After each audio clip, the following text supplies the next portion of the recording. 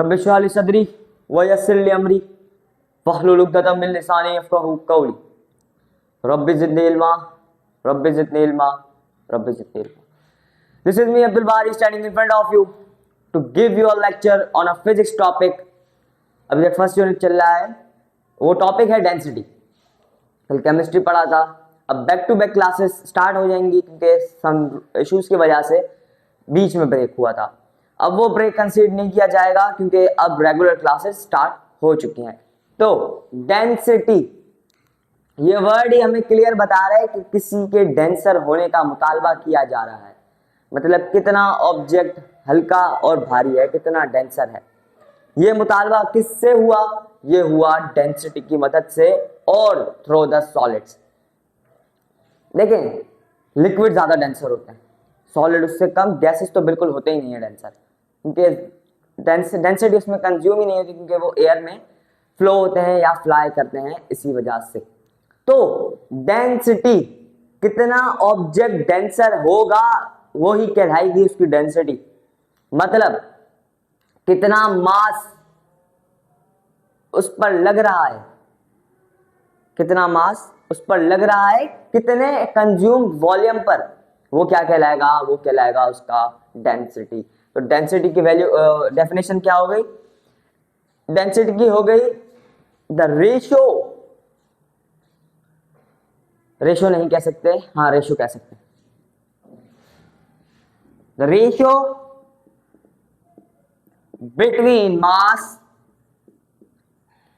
And volume is known as density।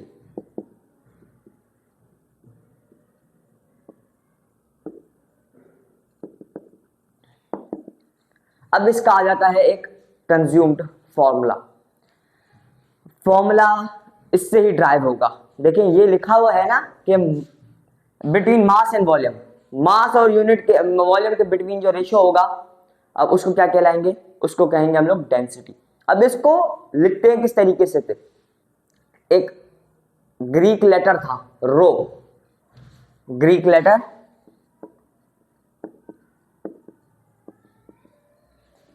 रो, अब जिसको represent करते थे पी से, ये ग्रीक लेटर था तो ग्रीक वर्ड से ही उसको रिप्रेजेंट किया जाएगा।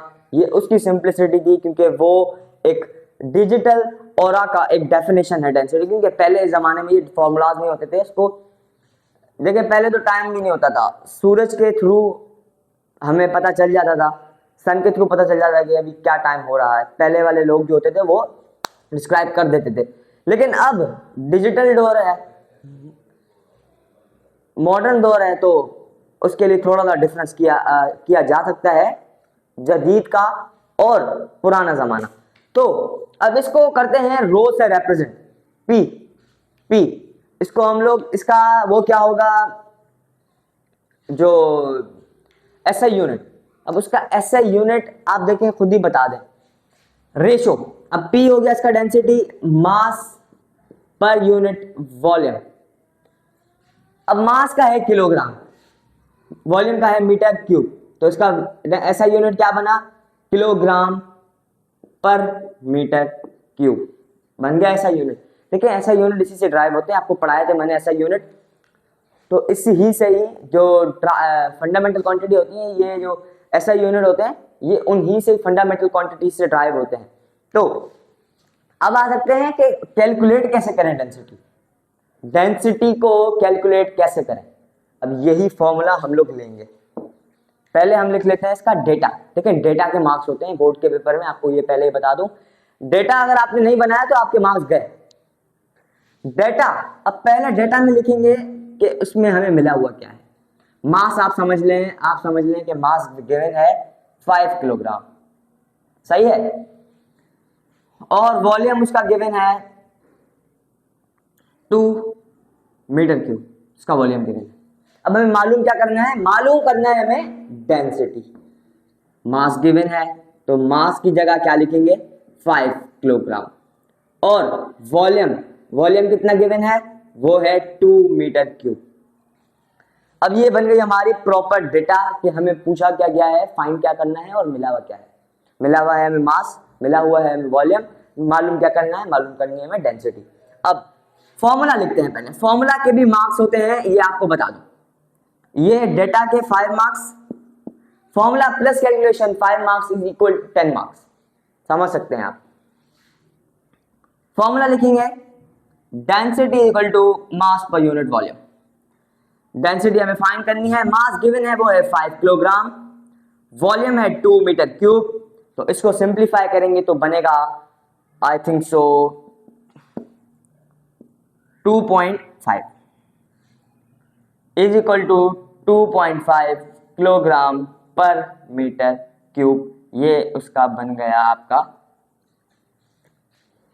कैलकुलेशन के। कैलकुलेट कैसे करते हैं, ऐसा यूनिट आपको जहन में रखना है, कैलकुलेट कैसे करते हैं ये भी आपको थोड़ा जहन में रखना होगा। अब रिलेशन उनका डेंसिटी का मास और वॉल्यूम के साथ रिलेशन क्या है, उसका क्या बॉन्ड है। देखिए एक बात बता दूं, अब ये फॉर्मूला आपने ले लिया, अगर मैं डेंसिटी बढ़ाऊंगा तो वॉल्यूम क्या हो जाएगा, डिक्रीज। अगर डेंसिटी घटाऊंगा तो वॉल्यूम क्या हो जाएगा, इंक्रीज। डेंसिटी का वॉल्यूम के साथ क्या रिलेशन है, इनवर्सली प्रोपोर्शनल है। मतलब डेंसिटी बढ़ेगी तो वॉल्यूम कम होगा, वॉल्यूम कम होगा तो डेंसिटी बढ़ेगी, ये इनका उल्टा प्रोसेस है। अब मास के साथ क्या है, अगर डेंसिटी बढ़ेगी तो मास भी बढ़ेगा, अगर डेंसिटी कम होगी तो मास भी कम होगा। मैं आपको समझाना ही यही बात चाह रहा हूं कि डेंसिटी का मास के साथ है डायरेक्टली प्रोपोर्शनल रिलेशन। पहला क्या है, डेंसिटी इज डायरेक्टली, इसको इससे शो करते हैं, directly proportional to mass and inversely proportional to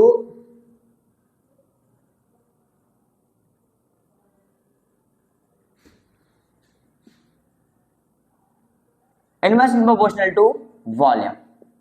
volume के साथ इनवर्सली प्रोपोर्शनल है और मास के साथ डायरेक्टली प्रोपोर्शनल है। ये शो कर रहा है relationship of density with mass and volume. देखिए इतना ही था आज का टॉपिक। एक टॉपिक पढ़ा रहा हूं, हर दिन एक एक टॉपिक, जिसकी मदद से आपको समझ में आ जाए, क्योंकि अगर ज्यादा बर्डन से पढ़ाऊंगा तो शायद आपको समझ में ना आए, डिफिकल्टी शो हो आप करें। आप डिफिकल्टी शो कर भी सकते हैं क्योंकि इट इज मच इंपॉर्टेंट। ये जितना इजी लग रहा है इतना इंपॉर्टेंट भी है। ये अभी आप हल्के में ले रहे हैं, लेकिन जब बोर्ड के पेपर में जाएंगे तो आपको लग पता चलेगा, मैं इतनी गारंटी दे रहा हूं। मिलते हैं नेक्स्ट वीडियो में, तो अपना ख्याल रखें। अगर आप नए हैं तो मेरे चैनल को सब्सक्राइब करें, लाइक करें, वीडियो को शेयर करें। और दिस इज मी अब्दुल बारी साइनिंग ऑफ।